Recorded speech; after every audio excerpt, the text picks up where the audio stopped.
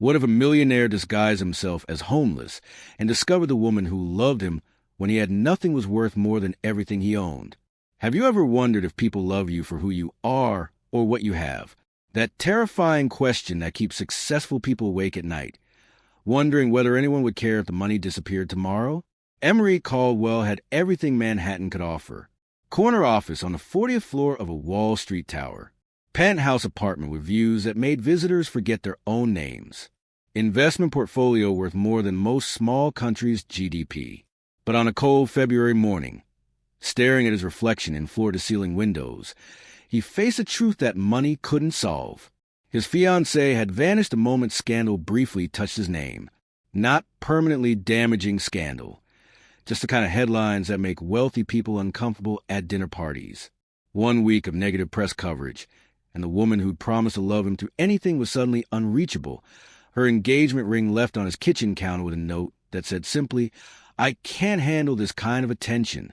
2 years of relationship, gone with 7 days of bad publicity. If you've ever questioned people's motive for being in your life, hit that like button, because what Emery decided to do next will completely change how you think about love, loyalty, and what people are really worth. But this isn't about poverty. It's about truth. That morning, Emery made a decision that would have seemed insane to anyone who knew him. He was going to find out who really cared about Emery, the person versus Emery, the bank account. Not through subtle tests or careful observation, but through the most radical social experiment imaginable. He was going to become invisible. The plan was methodical, like every decision in his financial career. Empty his closets, donating designer suits to charity. Stop shaving. Let his hair grow unkempt. Trade Italian leather shoes for worn sneakers from thrift stores. Exchange his black car for exactly $100 in cash and a prepaid phone for true emergencies only. Most importantly, he was going to approach everyone in his social circle, friends, colleagues, former girlfriends, as a homeless man seeking help. No grand reveals, no hidden cameras, just a simple question. Who would show compassion to a stranger with nothing to offer in return? His assistant, Clara One, was the only person who knew the truth. "Mr. Caldwell," she said carefully when he explained his plan, "what if you don't like what you discover?" "Then at least I'll know," Emery replied, packing his leather briefcase for the last time. Better face an ugly truth than live a beautiful lie. Within 3 days on the streets, Emery learned lessons that Harvard Business School had never taught. Invisibility was literal. People looked through him as if he didn't exist. The doorman at his own building, who'd greeted him by name for 5 years, stepped around him like he was an obstacle. His ex-girlfriend Rebecca, the one who used to call him the only honest man in Manhattan, walked past him outside her favorite coffee shop without the slightest flicker of recognition. When he approached her directly, asking for spare change, she recoiled with visible disgust and hurried away.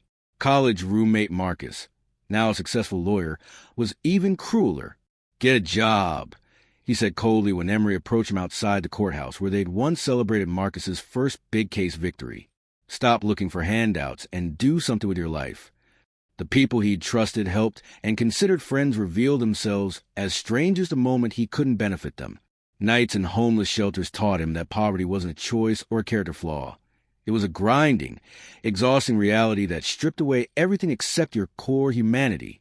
Days spent hungry on street corners showed him how quickly society discards people who can't contribute to its machinery of success. After 2 weeks of this brutal education, shivering outside a soup kitchen in the Bronx, Emery was ready to give up on the experiment. His faith in human kindness had been shattered so thoroughly that he wondered if genuine compassion even existed. That's when she changed everything. Maggie Flores had been watching him for days. Unlike everyone else, she didn't look through him or past him. She looked at him, really looked, and saw a human being who needed help. What happened next would restore his faith in humanity and teach him that the richest love comes from the most unexpected places. Sometimes the person who saves your life doesn't arrive in a limousine. Sometimes she arrives carrying coffee and wearing scrub stained from working 3 jobs to support her little brother. He had every luxury except the one thing money can't buy. To understand how desperate Emery Caldwell had become, you need to see him at 3 a.m. on the night before he abandoned his life. not in his marble-floored penthouse surrounded by original artwork worth more than most people's houses, but sitting on his bathroom floor, scrolling through old photos on his phone, trying to find evidence that anyone had ever genuinely cared about him. Every smile looked calculated. Every laugh seemed performed. Every embrace felt like a transaction he'd been too naive to recognize at the time. Emery had built his fortune by reading people, understanding their motivations, predicting their behavior in financial markets. But when it came to his personal relationships, he'd been blind to patterns that now seemed obvious. Friends who only called when they needed investment advice.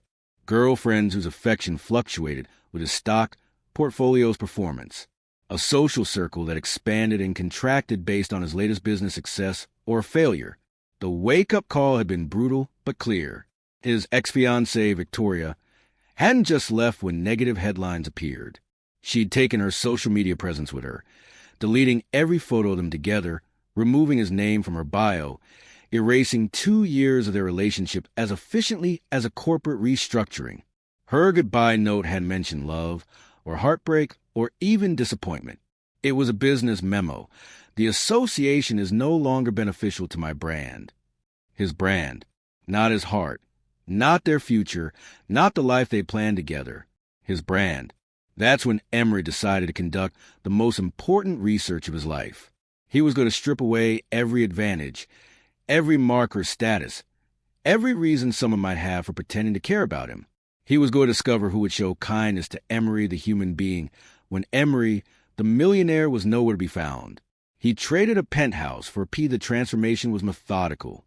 Designer suits donated to charity, replaced with layered thrift store clothing that looked like it had survived several winters on the street. His precisely maintained haircut grew shaggy and unkempt. The daily shaving routine stopped, allowing weeks of stubble to obscure his recognizable features. Most importantly, he shed every external sign of wealth. No credit cards, no designer watch, no smartphone that cost more than most people's monthly rent. Just a basic prepaid phone for true emergencies, a notebook to document his discoveries, and $100 in cash that had to last as long as possible. Arc benches to find the truth. Clara, his assistant of 8 years, was horrified when he explained the plan. "Mr. Caldwell, what if something happens to you? What if people you know don't recognize you at all? What if they do recognize you and you don't like what you learn about them? Then I'll finally have honest answers to questions I should have asked years ago," Emery replied, cleaning out his office desk for the last time. "I need to know if anyone in my life values me for reasons that have nothing to do with my net worth." The street education began immediately, walking through his own neighborhood in worn clothing. Emery discovered how completely invisible poverty made him. The doorman who'd worked his building for 5 years looked right through him. Neighbors he'd exchanged pleasantries with for months stepped around him like he was part of the sidewalk furniture. Do you know what it's like when people who claim to care suddenly can't see you? The first test came at his usual coffee shop, where he'd been a regular customer for 3 years. The barista, who knew his order by heart, double espresso, no sugar, stared at him blankly when he approached the counter with $2, hoping to buy something small and warm. "We don't allow loitering," she said firmly. "Buy something or leave." When he explained he was trying to buy coffee with the money in his hand, she looked at him with suspicion, as if poverty was contagious and he might contaminate the other customers. His college roommate, Marcus, was even more brutal. Emery found him outside the courthouse where Marcus had built a successful law practice, the same building where they'd celebrated together when Marcus won his first major case. "Marcus," Emery said carefully, approaching his oldest friend with a story he prepared. "I'm going through a rough time. I was wondering if you could help me find work, or maybe just spare a few dollars for food." Marcus's reaction was swift and cold. "Get a job. Stop looking for handouts and do something with your life instead of bothering people who work for what they have." People who work for what they have. As if Emery hadn't worked 18-hour days for 15 years to build his fortune. As if success was purely a matter of moral character and poor people deserved their circumstances. The cruelest discovery came when he approached Rebecca, his ex-girlfriend from 2 years ago. She once told him he was the only honest man in Manhattan, praising his integrity and kindness. When he approached her outside her favorite boutique, asking for spare change. She recoiled with visible disgust. "Don't touch me," she said, clutching her designer purse tighter. "There are shelters for people like you. Use them instead of harassing strangers." People like you, as if homelessness was a character defect rather than a circumstance that could happen to anyone. Night after night in shelters taught Emery that poverty wasn't a personal failing or a lifestyle choice. It was an exhausting, grinding reality that stripped away everything except your essential humanity. The people he met weren't lazy or immoral. They were struggling with job loss, medical bankruptcy, mental health crises, domestic violence, or simply bad luck in an economy that offered few second chances. After 2 weeks of this education, Emery sat outside a soup kitchen in the Bronx, questioning everything he believed about human nature. His faith and compassion had been shattered so completely that he wondered if genuine kindness existed at all. That's when Maggie Flores proved that it did. She had nothing but gave everything.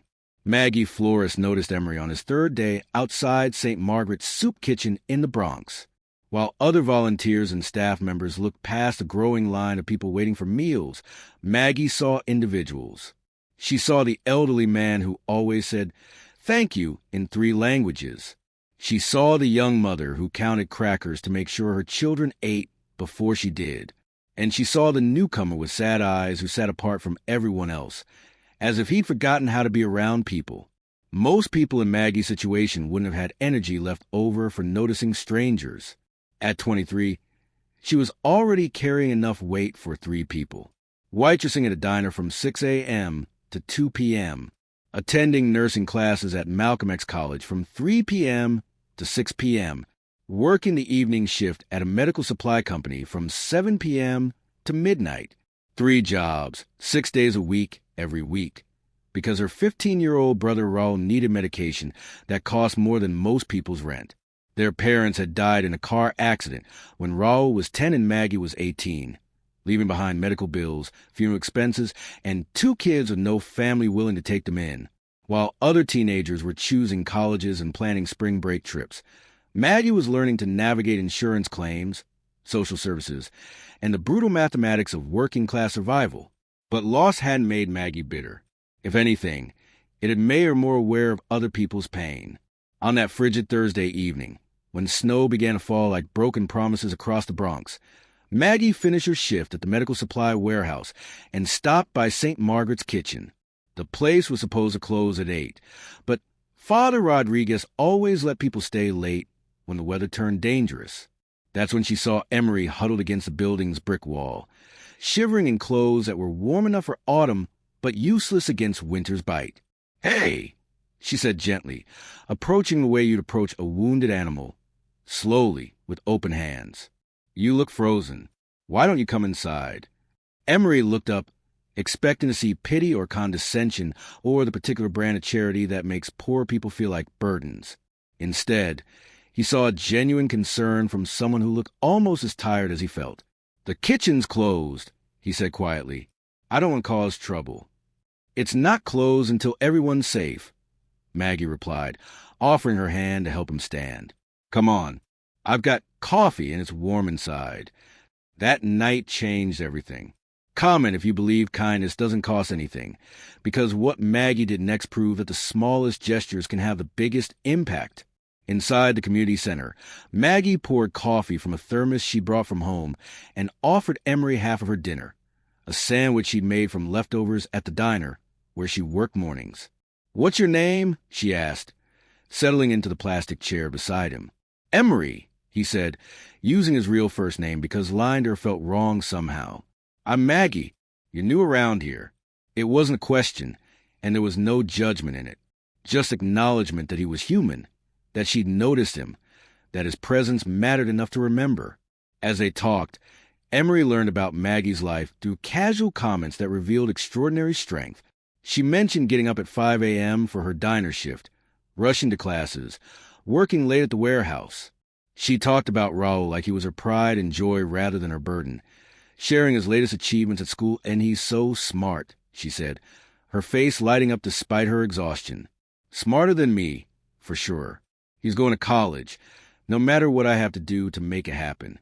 When Emery asked where she found energy for 3 jobs plus school, Maggie shrugged like it was nothing extraordinary. Dia's dreams of becoming a teacher. You do what you have to do for the people you love. That's not sacrifice. That's just family. The next morning, Emery learned that kindness wasn't a one-time event for Maggie.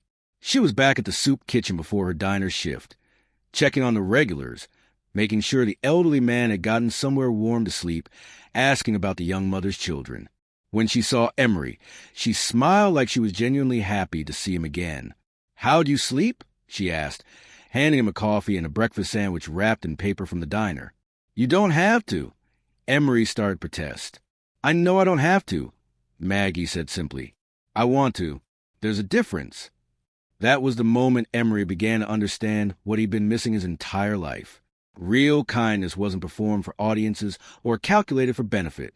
It was offered freely, expected nothing in return, and saw worth in people regardless of what they could offer back. Over the following days, Emery found himself looking forward to these brief encounters with Maggie. She never asked invasive questions about his circumstances or offered advice about getting back on his feet. She simply treated him like a person whose company she enjoyed, whose story she wanted to hear, whose well-being mattered to her. On the night that would change both their lives forever, Maggie found Emery sitting outside a subway entrance, blood on his forehead from an altercation, at a shelter where someone had tried to steal his shoes. Without hesitation, she made a decision that would have seemed impossible to most people in her situation. "You're coming home with me," she said firmly. No arguments. She had nothing but gave everything. She was richer in character than anyone he'd ever met. The apartment Maggie shared with her brother Raoul occupied the 3rd floor of a converted brownstone that had seen better decades. The stairs creaked warnings with every step. The radiator clanged like an angry ghost, and the kitchen faucet required exactly the right angle of pressure to produce water, without also producing protests from the pipes below. But when Maggie unlocked the door and welcomed Emery inside, he discovered something his penthouse had never possessed: the feeling of home. "Raoul, we have a guest," Maggie called softly, helping Emery out of his wet jacket. "This is Emery. He's going to stay on the couch tonight." Raoul Flores emerged from what appeared to be the apartment's only bedroom. A 15-year-old kid who looked older than his years but smiled younger than his circumstances should have allowed. He was thin in the way that comes from medication and worry rather than vanity, but his eyes held the same warmth that made his sister impossible to resist. "Cool," Raoul said simply, as if strangers sleeping on their couch was the most natural thing in the world. "You want to watch something?" Maggie usually falls asleep during movies anyway. That first night, Emery lay on a sofa that was more springs than cushions, covered by a blanket that smelled like laundry detergent and kindness, listening to the sound of a real family. Maggie helping Raoul with homework at their tiny kitchen table. Their quiet laughter over shared jokes he didn't understand. The rustle of Maggie preparing for another early morning shift, moving carefully so she wouldn't wake her sleeping guests. For the first time in months, Emery slept deeply. The days that followed taught Emery lessons that no business school had ever offered. Real wealth wasn't measured in portfolio statements or property values. It was measured in how many people would trust you with their house key, how often someone thought to save you the last piece of pizza, how naturally you could make strangers feel like family. Maggie never made Emery feel like charity. Instead, she made him feel useful. She asked him to walk Mrs. Rodriguez's arthritic dog when she was running late for class. She let him help Raoul with algebra homework, discovering that Emery's financial background made him surprisingly good at explaining mathematical concepts. She trusted him to stay in their apartment while she worked, treating him like a roommate rather than a responsibility. "You don't have to do all this," Emery told her one evening, as she prepared dinner for 3 people on a budget designed for 2. "Neither do you," Maggie replied, gesturing toward the small improvements he'd been making around the apartment. Fixed hinges on squeaky cabinets. Organized their collection of medical bills into manageable categories. Used his business knowledge to help him understand insurance paperwork that had been overwhelming them for months. "Besides," she added, stirring a pot of rice that would stretch to feed everyone, "having you here makes everything easier. Raoul has someone to talk to about math. I don't worry about him being alone after school." And you make me laugh during dinner instead of just falling asleep in my food. That was the moment Emery began to understand what he'd been searching for his entire adult life. Connection wasn't about impressing people with what you owned. It was about being useful to people you cared about, being trusted with their problems, being included in their solutions. He fell in love with someone who loved him when he had nothing. The revelation came gradually, like sunrise warming a cold room. Emery realized he looked forward to Raul's stories about school more than he'd ever anticipated quarterly earnings reports.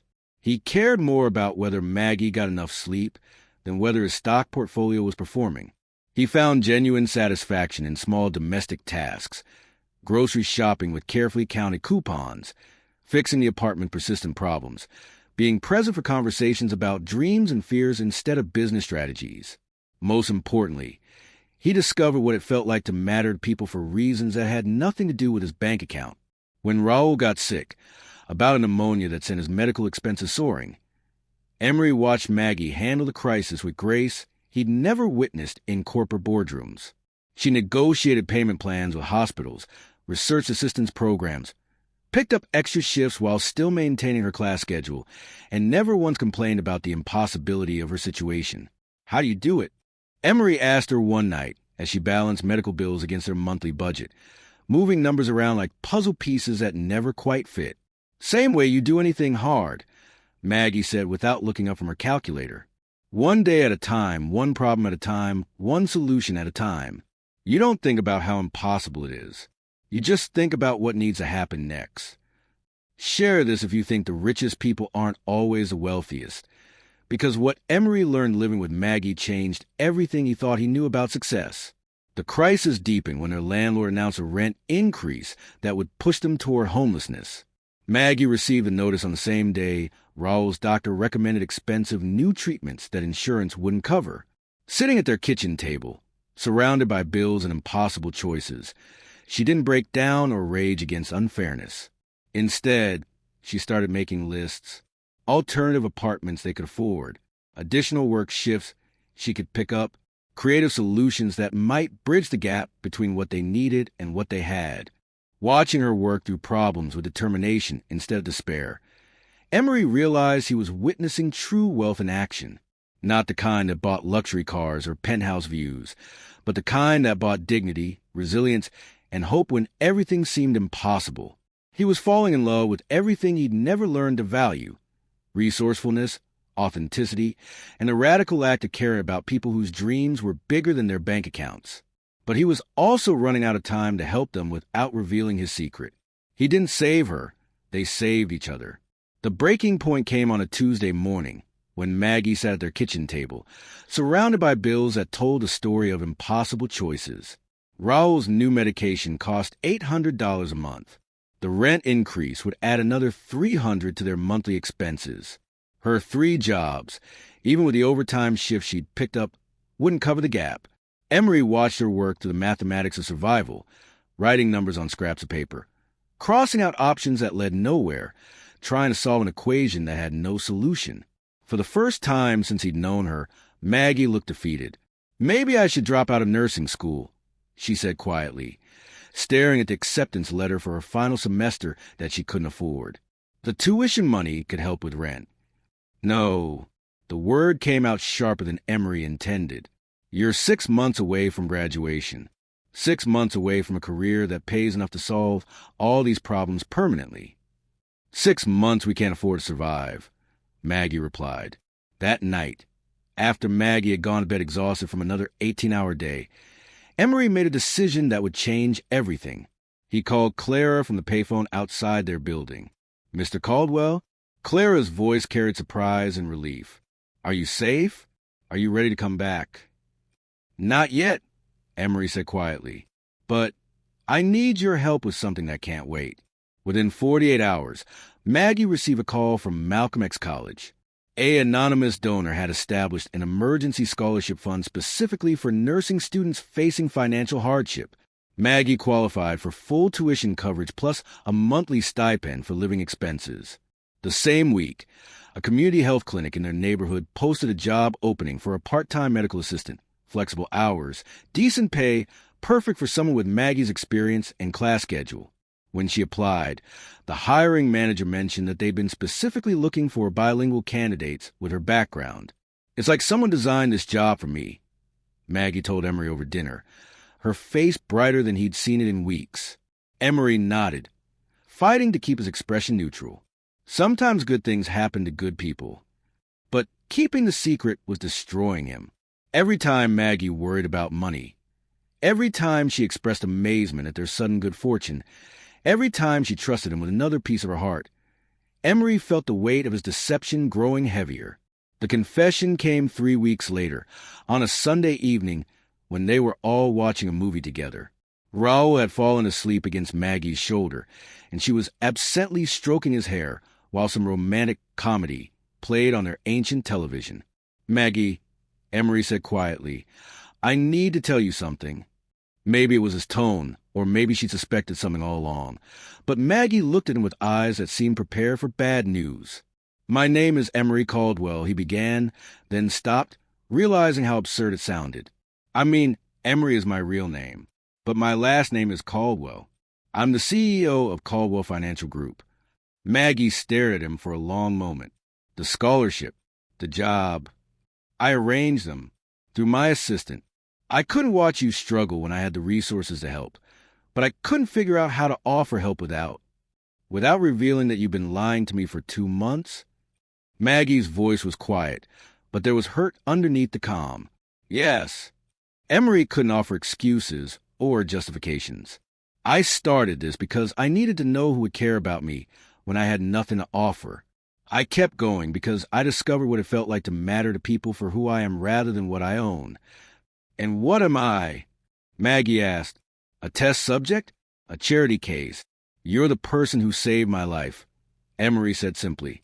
"You're the person who taught me what wealth really means. You're the person I fell in love with when I finally learned how to see clearly."